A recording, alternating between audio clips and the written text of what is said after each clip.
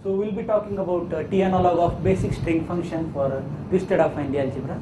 This is joint work with Vishwanath. So overview of talk is, first of all we'll talk about affine Kac-Moody algebras. Then our main concern will be twisted affine Kac-Moody algebras. Then T Kostant partition function, Lusztig's T analog of weight multiplicity, T string function, generalized exponents, and main result. So the Kac-Moody algebra is nothing but first we have A is a generalized Cartan matrix, which means first of all A is L cross L square matrix.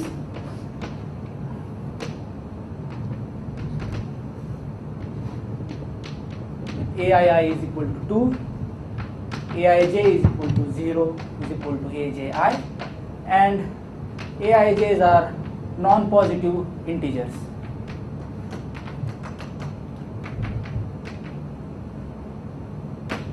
If Aij is 0, then Aji is also 0. Oh, okay. So you can only Aji. Yeah.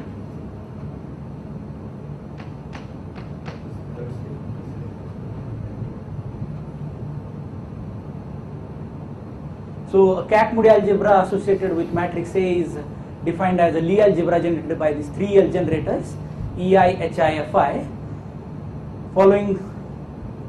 satisfying these following relations. Hi is commutator, Hij is 0, Eifj is equal to delta Ij Hi, delta Ij Hi, Hiej is equal to Aij Ej, where Aij's are entries from matrices, and the following ones. Aij should be non-negative integers because you already put Ai equal to 2. For I is not equal to 0. No,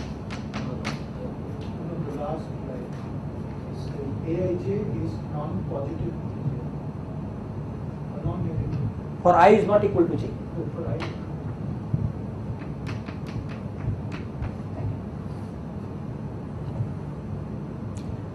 So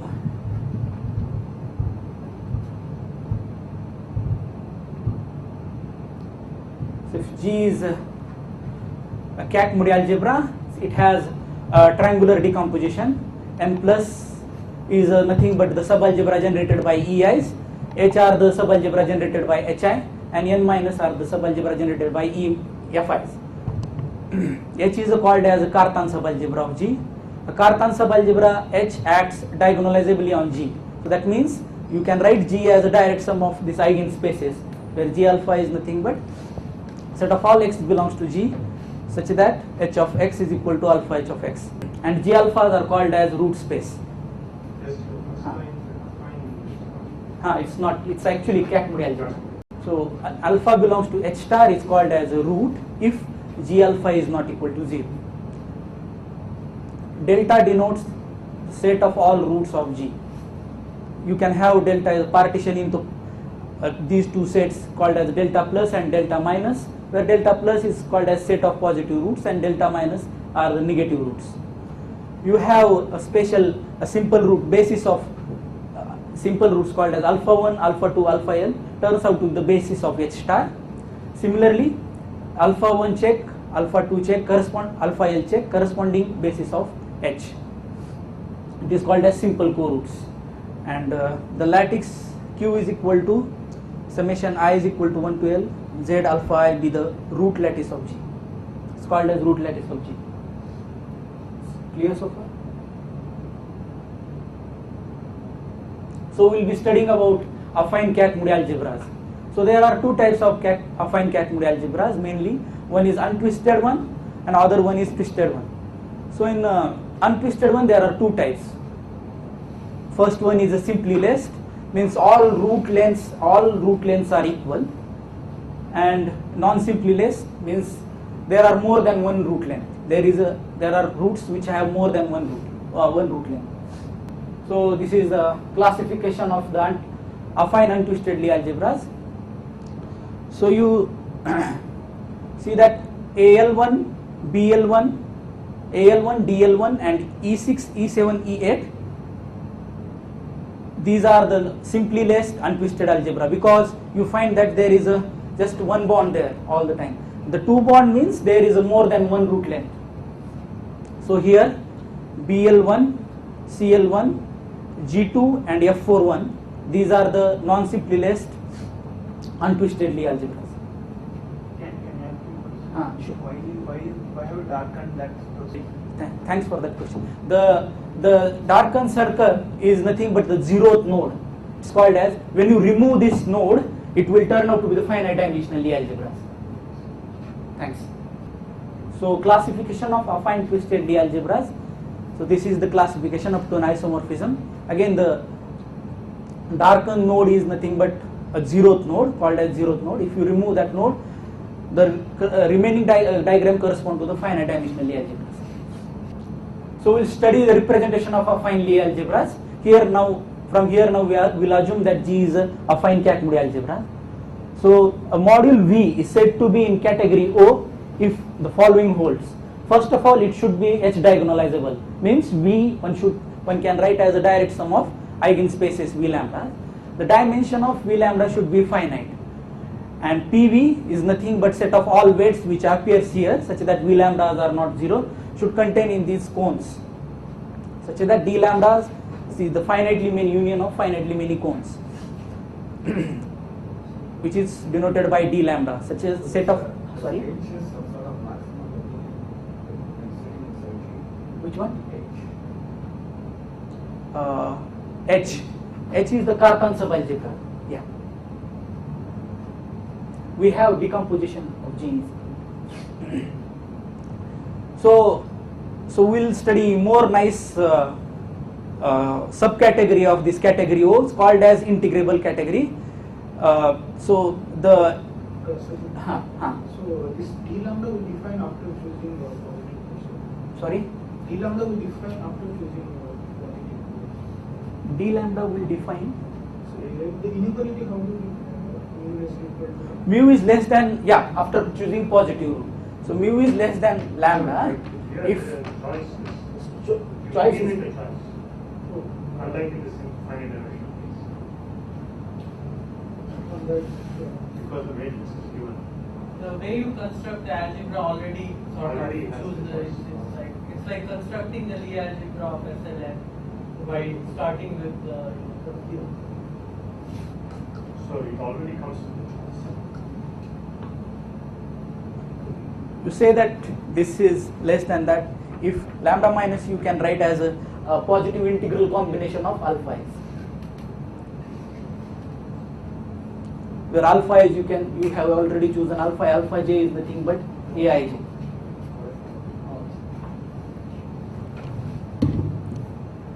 So yeah, so we're looking more a subcategory of category O is called as integrable when it is module V is in category O is said to be integrable if the Chevalier generators with nothing but EIs and FI. These are called as Chevalier generators. They act locally nilpotently on V. Means for any, if you take any V belongs to V, there exists an integer n such that EI of n is equal to n of V is equal to 0 and FI of n of V is equal to 0.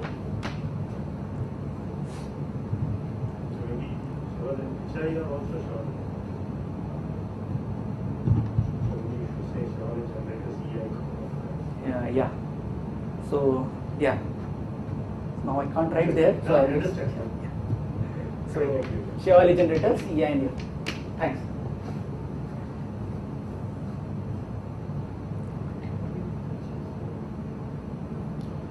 So the category of O integrable modules is nice one. It is the semi-simple. Means given a module V in category O int G, you can write it in the you can write in direct sum of simple ones. But what are the simple ones here? The simple ones are nothing but the highest weight representation L lambda indexed by the dominant integral weight lambda. So first of all,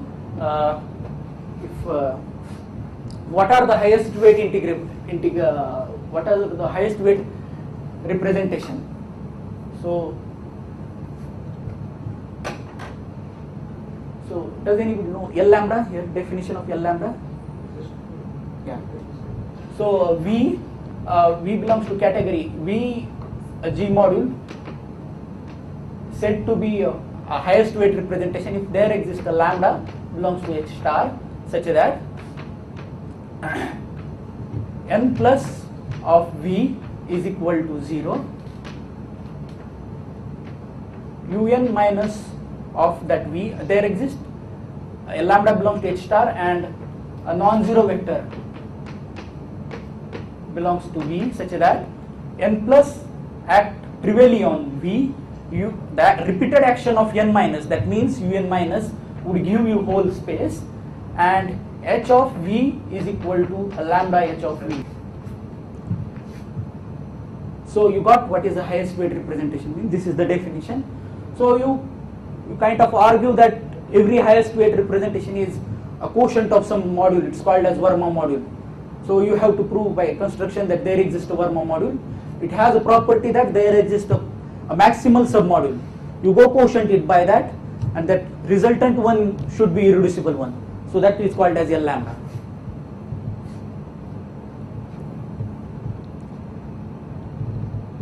And so it is becoming faint actually because of light. So it's a fine. Maybe when we can switch off now and again switch on again. Okay.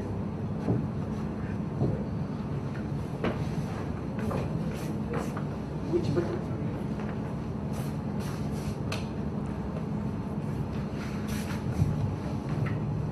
Well, actually, I just close it. Yes, yes.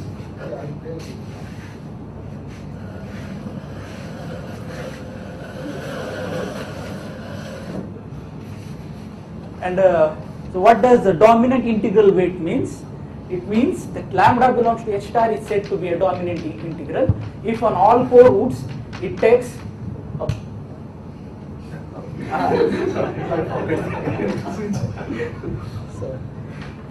so integral means it takes on all four roots it takes integral values, and dominant means it takes a positive integral values, non-negative integral values. So they are kind of one-to-one correspondence with this dominant integral weights, and the simplest and most simplest and non-trivial irreducible module is called as L lambda naught. It's called as basic representation. So what is lambda naught here? The lambda naught is nothing but which takes value 1 on the 0th node, 0th co-root, and on all others it takes value 0 or j is not equal to 0. So it's called as a basic representation of G. Whenever word basic comes, this means that we are dealing with L lambda naught.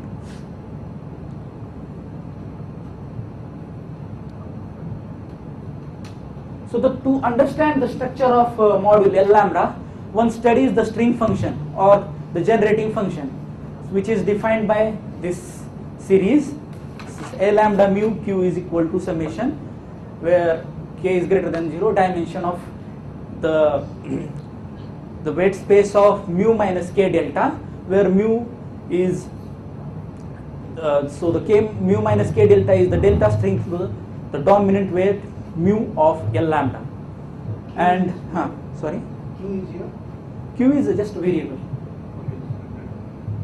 Okay, this is just a function. Yeah.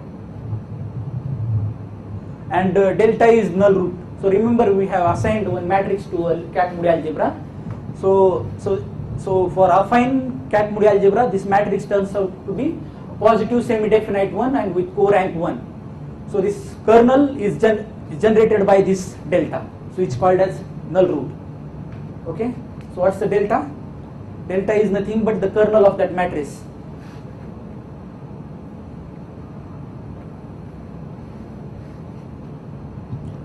So kind of almost everything is known about this L lambda naught. So first of all, we define character of V. So V is a G module of G module from category O, and let its weight space decomposition be given by that. So this character of V is defined to be summation lambda belongs to H star dimension of V lambda E lambda. E lambda is nothing but the elements of the group algebra of the elements of H star. So we have proposition. So let G be a affine Lie algebra of type X and R, where X is equal to ADE. This exactly means that we are deleting non-simply laced untwisted Lie algebras. See the simply laced untwisted algebras are all AL1, DL1 and EL1, and twisted ones are A2, L2, all this, whatever I have given all the classification there. So here this result is not true for the non-simply laced untwisted algebras. So what this result says that if G is a affine Lie algebra, if G is a affine Lie algebra of simply laced type or a twisted type, then so this relation holds. E of minus lambda naught into character of lambda naught, sorry, it should be L lambda naught, is equal to A lambda naught. A lambda naught is one is just for, you can assume that A lambda naught 1 q is equal is nothing but A lambda naught q. Just a convention. It will be, t will be appear very soon. So at t equal to 1 it takes original values. You just show this slide. A lambda naught. A was defined. Yeah, sure.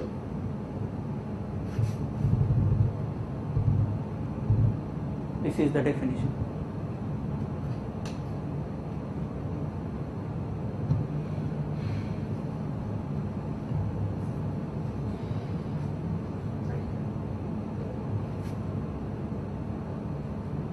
So this one application of defining the string function is evident. So we can calculate the character of L lambda naught using this function, string function, and theta. And theta is the simple object. It's nothing but a sum over alpha belongs to M. Later I will explain what is M, but it's just nothing but some lattice corresponding to the finite dimensional Lie algebra. So when you delete that zeroth node, it turns out to be the finite dimensional Lie algebra. So the M is the lattice corresponding to that algebra. So it's called as theta function of that lattice M. So it's one of the most important theorem for this L lambda naught is Kac and Peterson found this formula for the basic string function for L lambda naught is that if G is again simply laced or a twisted affine Lie algebra, then this A lambda naught 1q has this series expansion, has this. Yeah.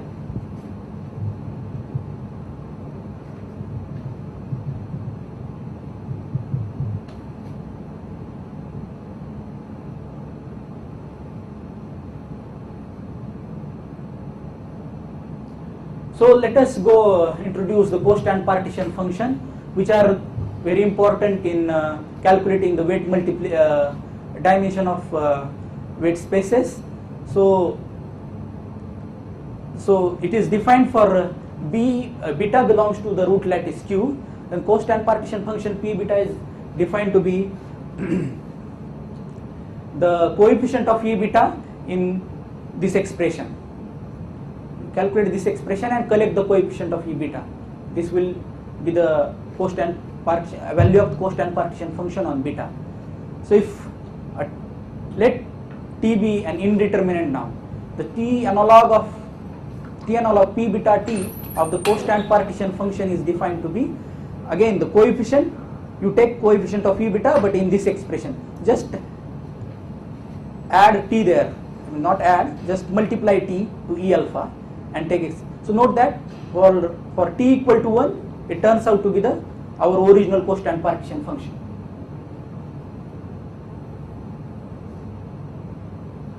So where is the Kostant partition function used? As I told you, it used in the calculating this dimension of weight places or weight spaces of this L lambda. So this is the formula for the dimension of L lambda mu, just nothing but the dimension of weight space mu.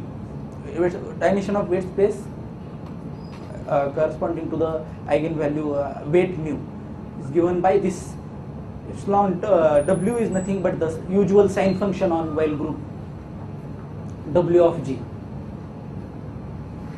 So a t analog of the weight multiplicity or it is defined to be an affine Kostka-Fuchs polynomial is defined by k lambda mu t is equal to, just you replace the Kostant partition function by the t Kostant partition function, which have already defined by this thing, which is we have placed p of beta t is nothing but that. So you have replaced there, and so k lambda mu of t is called as t analog of weight multiplicity, or Lusztig's t analog of weight multiplicity, or equivalently it is called as affine Kostka-Fuchs polynomial. So since as usual that t equal to 1, it goes to it gives us a dimension of this weight space, so it's natural to consider a t analog of this string function. So what we do, we just define a lambda mu tq is equal to k lambda mu k delta t of q. So again at t equal to 1, it gives us original string function, right? Any questions so far?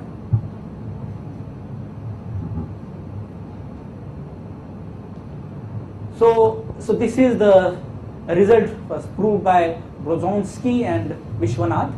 So this result is typical result for simply laced untwisted one.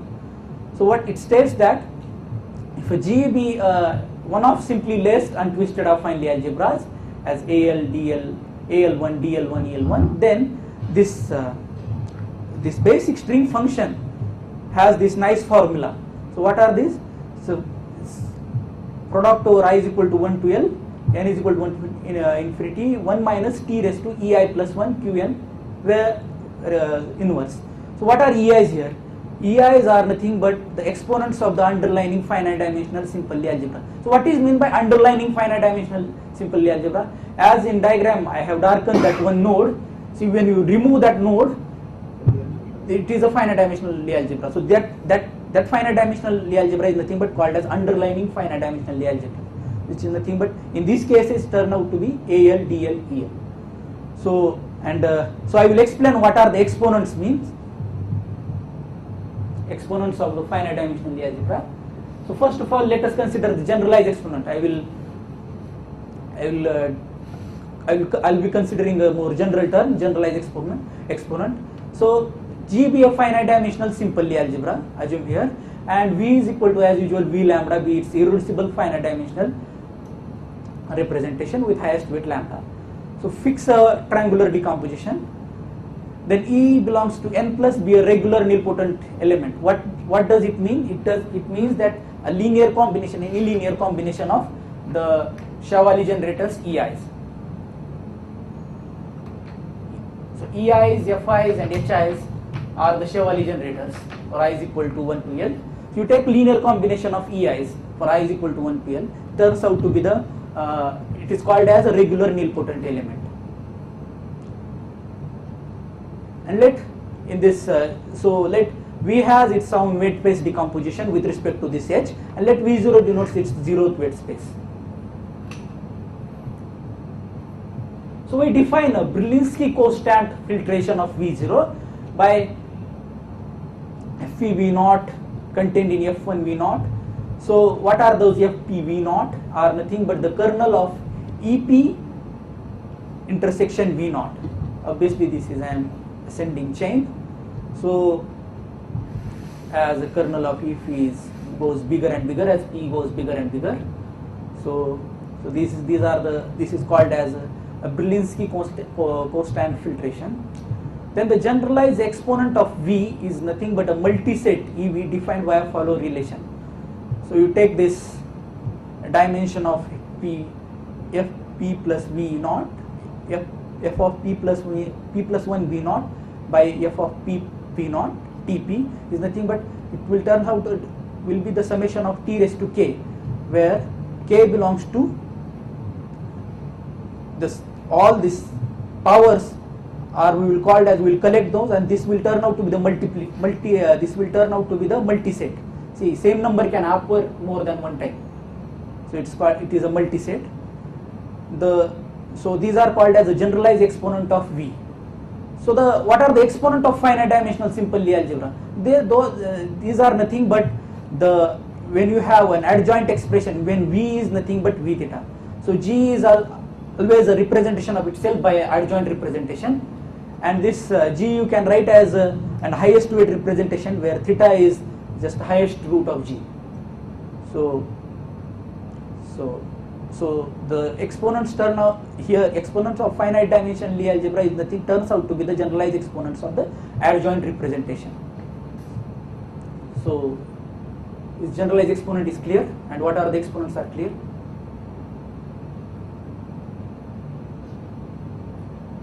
So we'll find here it's our result.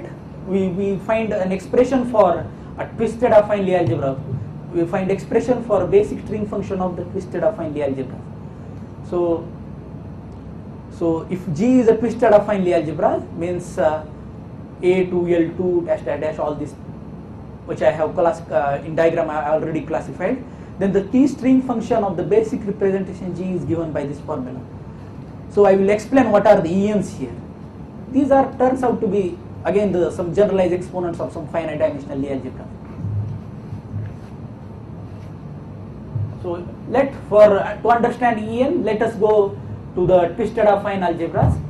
So let G be a twisted affine algebra of type XNR, where Xn is again a simply laced ADE type, Dynkin diagram of finite type, with the diagram automorphism sigma. So what are the Dynkin diagram automorphism? For example,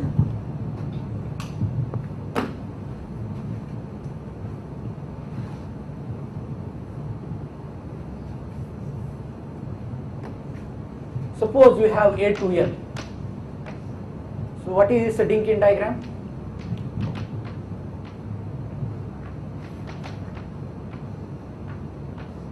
These are L vertices, these are L vertices. So what do you mean by Dynkin diagram automorphism? So these are alpha are simple roots. So this is an automorphism on H star which maps simple roots to simple roots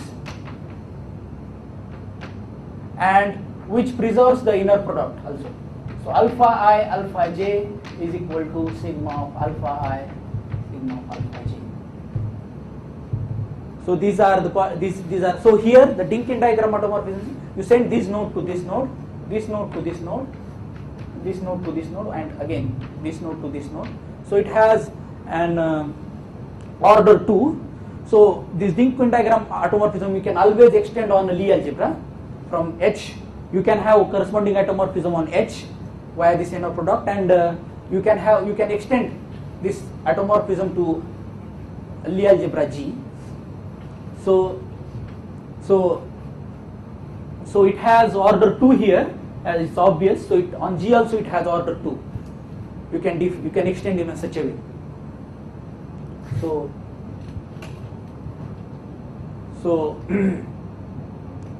let M denote the finite dimensional algebra with Dynkin diagram Xn, and sigma denotes its corresponding automorphism which I have extended from H to G.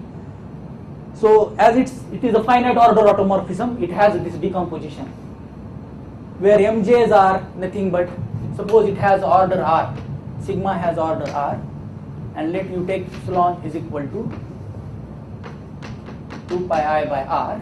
Then MJs are nothing but set of all x belongs to M such that sigma of x is equal to,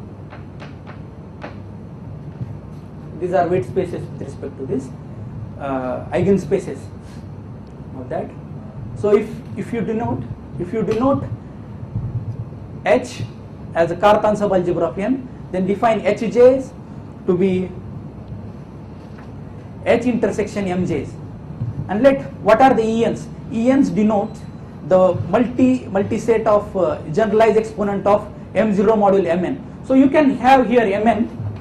You can have here Mn as you can define it MJs for all n, right? So it turns out that Mn is isomorphic to the Mk if n is congruent to k modulo r, right? So, and as I have defined here A to L2's order 2 automorphism. Let assume me that M is here A to L2. To explain more explicitly, A to L2 you can write as M0 plus M1. So M0 is a Lie algebra, and turns out to be that it's a general result that M0 is a simple Lie algebra and M1 is an irreducible module for M0. Okay. So M0 is M1 is a M0 module, and it is nothing but M0 is nothing but for that G you can have an highest root, and M1 is nothing but the short simple root of G. So what is M0 here? M0 here turns out to be the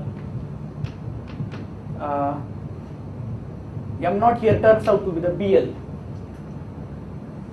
So M0 here is BL, finite dimensional simple algebra BL, and M0 is the representation of itself by adjoint action, right?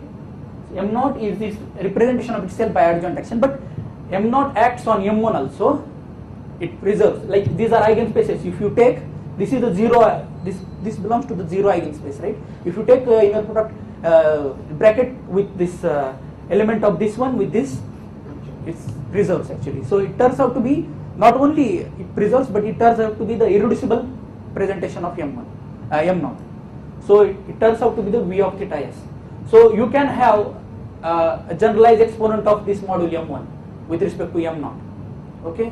So which will we denote by E1. Okay.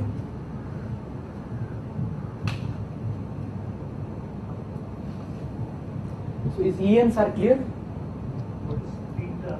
What do you call theta space? Sorry? Theta S. There in this BL there are two root lengths. Oh, so theta, this is the long root. This root, is the longest one. longest one.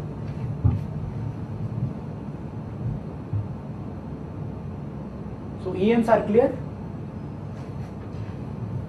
So let us now we'll see that how we will recover the result of Rozhonsky and Vishwanath from our twisted affine Lie algebra. When G is untwisted, simply less, then the all M0 module MJ turns out to be they are same. They are nothing but the isomorphic copy of M0.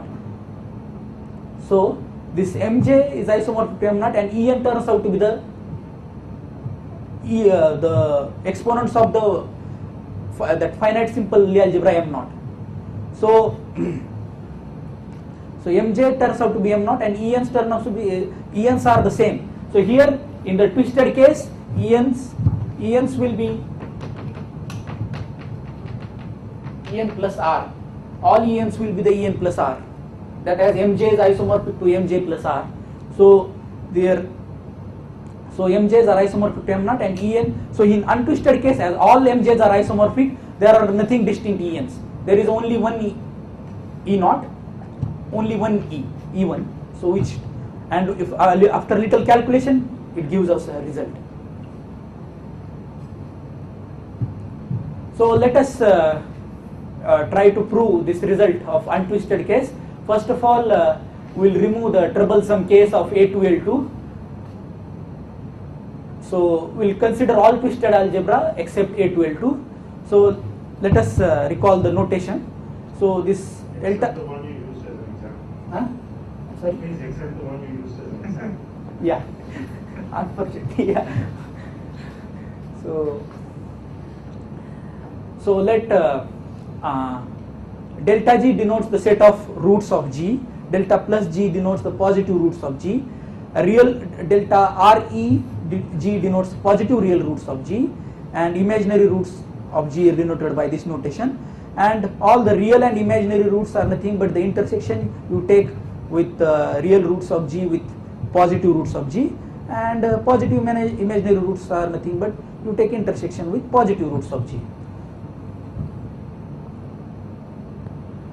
So you need to define, to calculate that A lambda lambda naught, a term called as Cherednik kernel, which is nothing but product over all alpha belongs to the positive real roots of G, 1 minus e raised to minus alpha upon 1 minus t e raised to minus alpha. if G is affine, corresponding product over imaginary root denoted by, because if G is a finite type, there are no imaginary root.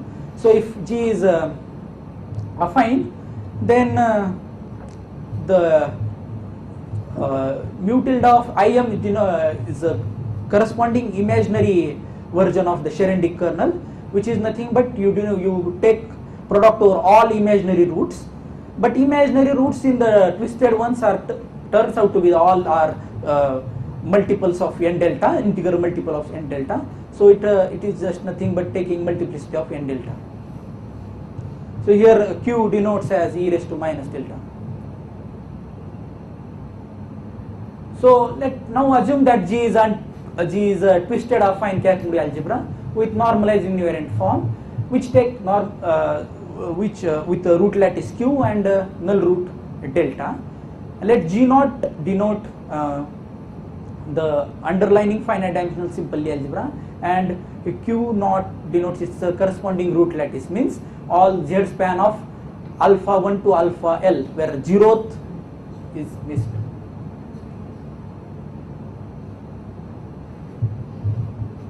Is there any question? So we define lattice M, which is very important one, is nothing but for G is not equal to A to L2, it's nothing but a finite root lattice of the finite dimensional Lie algebra, and for G is equal to A to L2, it is nothing but the co-root lattice of G naught. So you take all the Z span of alpha I checks.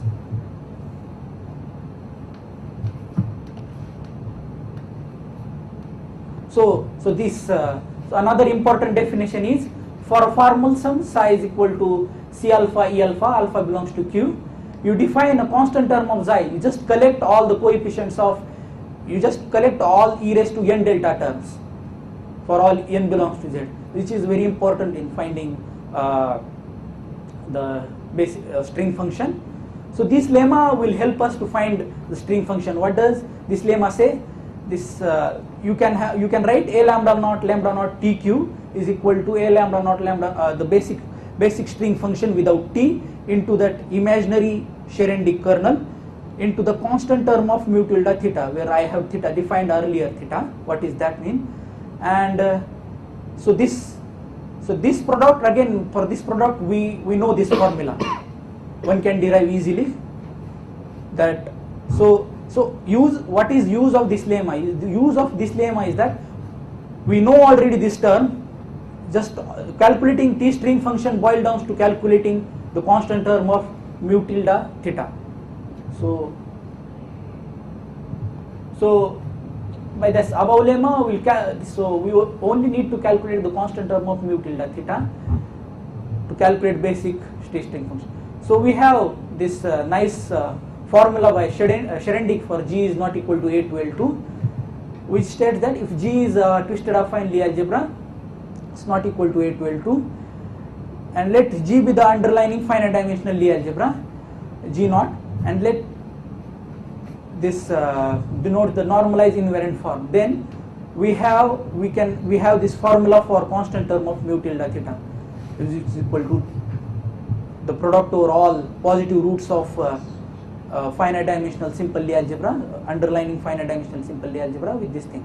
And the height of a root means you can write every root in the summation,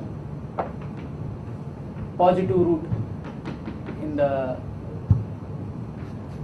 you can write in a positive non-negative integral linear combination of alpha i's, simple roots, and the sum of all alpha ai's is nothing but the height of alpha. So this constant term of mu tilde theta contains height, but our result contains the generalized exponent. So where do they come from?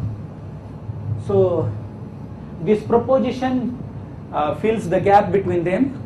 So let for k is greater than equal to 1, nk and respectively nks denotes the number of positive roots and respectively the short positive roots of G naught with height k. So what this proposition by Shapiro, Steinberg and Kostant there are many more.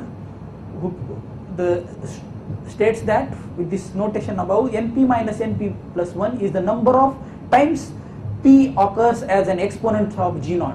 Means exponents of g0 is a multi-step. So p can occur many times. So how many times? It is nothing but you collect number of positive roots, positive roots of height p, and number of roots of height p plus 1. The difference will be always non-negative one, and it will give an exponent of g0. And similarly, if you, as I have already mentioned, this m1, for example, turns out to be the irreducible module with this irreducible module of m0 with the short highest root, so that will give, so nps minus np plus 1s will give the number of time p occurs as a generalized exponent of that representation v theta is. So, and using this result, modulo some trivial calculation, you get the result for g is not equal to a to L2. So far any problems? No, sorry, so it is non-negative for p bigger than or equal to 1. Yeah.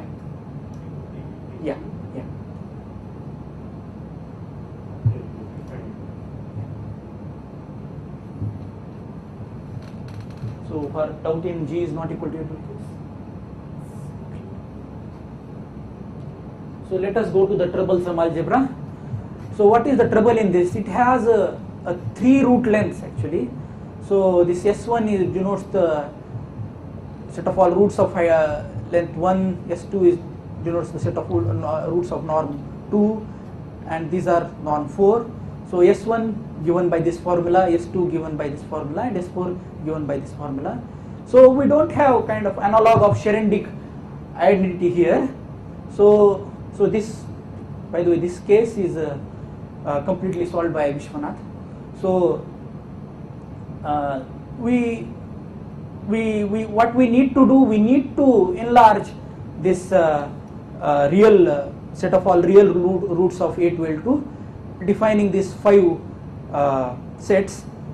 Phi 1 is equal to 1/2 of S4, phi 2 is equal to S4, phi 3 is S1, and this thing. So 3 are already included this, and just we have this, the new sets are 1/2 of S4 and 2 S1, and that phi is the non-reduced irreducible affine root system corresponding to this type. So this is the phi. There is one term called as CL check CL root system. So this phi is root system for that CL check CL, and let this capital delta. So this denotes the Cherednik kernel of Cherednik kernel with parameters. You need to take parameters k1, k2, k3, k4, k5 for each of these phi i's, and the key idea is when you go with some limit, when you put some condition on these parameters ki i's, you will reduce to get, you will get the Cherednik kernel for A to L2, so which I will state in the next proposition. So if the proposition states that, so with notation as above, we will denote q t is equal to q raised to k5, and let parameters ki satisfy this relation. So if you put these relations on ki's, so we Check. so if k4 is equal to 0, this the Cherednik kernel corresponding to the root system CL check CL will turns out to be the Cherednik kernel of A to L2, and when we put k4 is equal to, see why it is, huh? Is it earthquake? This is That is because of earthquake. That will involve. It's 1 minute only.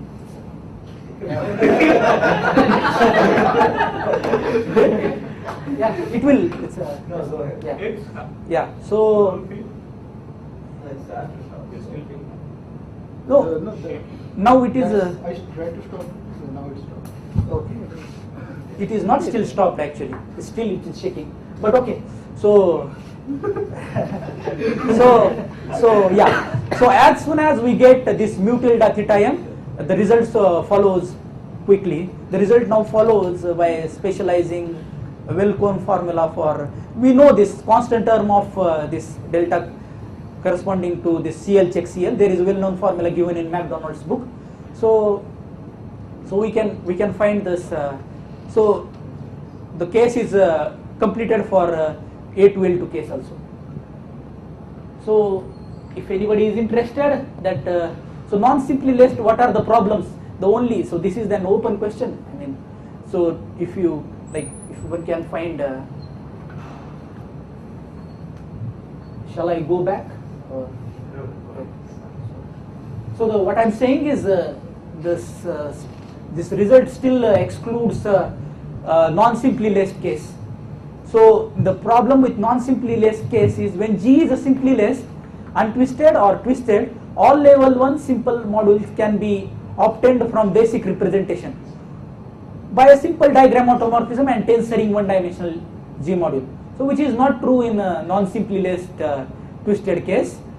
So and this proposition star which I mentioned earlier,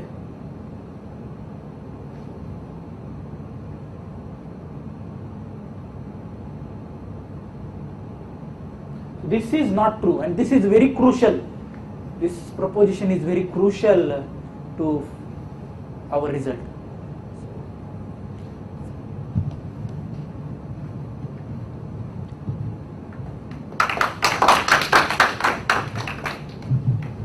Tensor G naught plus, so this is the way you can have. So this is nothing but this, if you take AL, this is AL1. This algebra is nothing but AL1. And this is the way you get for the others. No. The twisted others all untwisted are obtained in this way, and twisted are nothing but the fixed point of that Dinkin diagram. You can extend here also and take fixed point algebra. That is nothing but our twisted affine. And here K and D are what? This is a center, and this is some derivation. You need to have for that some Cartan matrix to have linearly independent or something.